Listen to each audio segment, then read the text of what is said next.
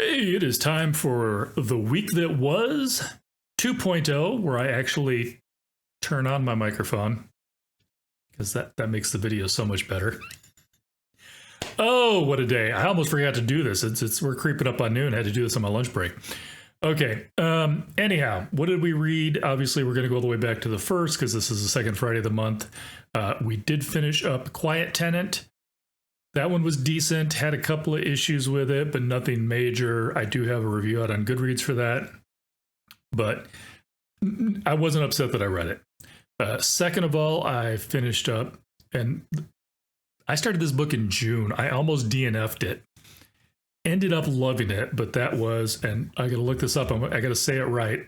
It's When We Were Birds. It's by Ayana Lloyd Bonwo, and I hope I'm saying her last name right. I have no clue. Don't have the review. I just finished that 2 days ago. I will get a review up for that. That's going to be my video review for Wednesday. If you want to come back on Wednesday, check that out, see what I think about it.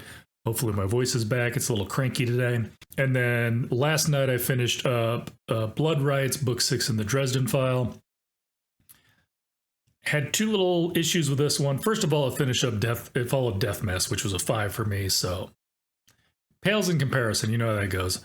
But then also, there's something, and I know why they did it, and I know how it pushes the story forward. It's Jim Butcher. I don't know why I'm saying they. I know why he did it. But yeah, there's just that little bit. I didn't like it. I know why it was done, and I will get a Goodreads review out for that one. I probably won't do a video review.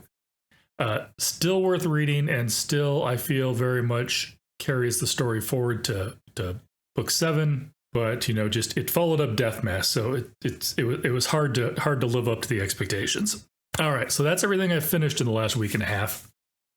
I started on let me see. I've started on When the Moon Hits Your Eye by John Scalzi.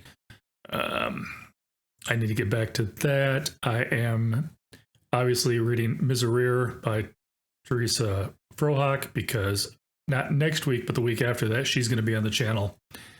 And then I also just started listening to Gravity Wave, book 1 by J. Falconer.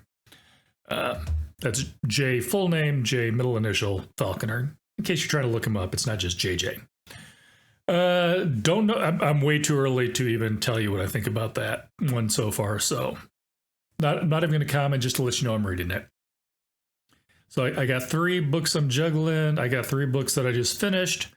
Obviously, I already told you about the book review or the author interview. It's coming up in 2 weeks. Obviously, you can find that on the channel, link in the description. I said on the channel, I meant on the website. You know what I meant. Anyhow, what else did we do last week? I know I posted another video. I did the December wrap-up video last week, and I did...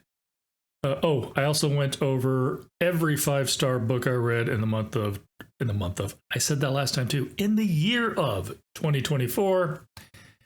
Didn't put them in any sort of order, but I did cover all the ones I thought were 5 stars.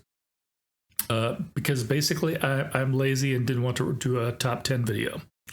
I hate ranking books. It's so hard to put one above another when you start getting into those top 10 where it's just a little bit in between each one. And some I know I like as more of a guilty pleasure, and some I like because they're absolutely positively excellent.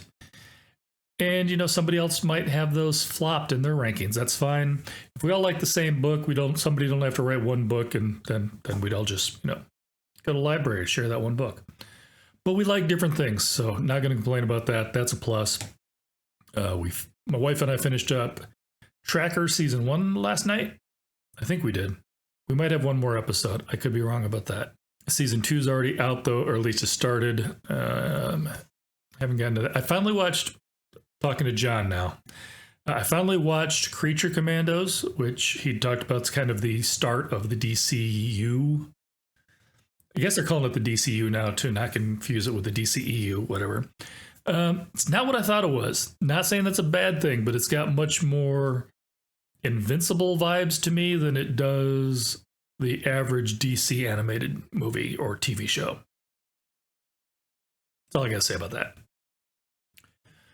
So yeah, that's it.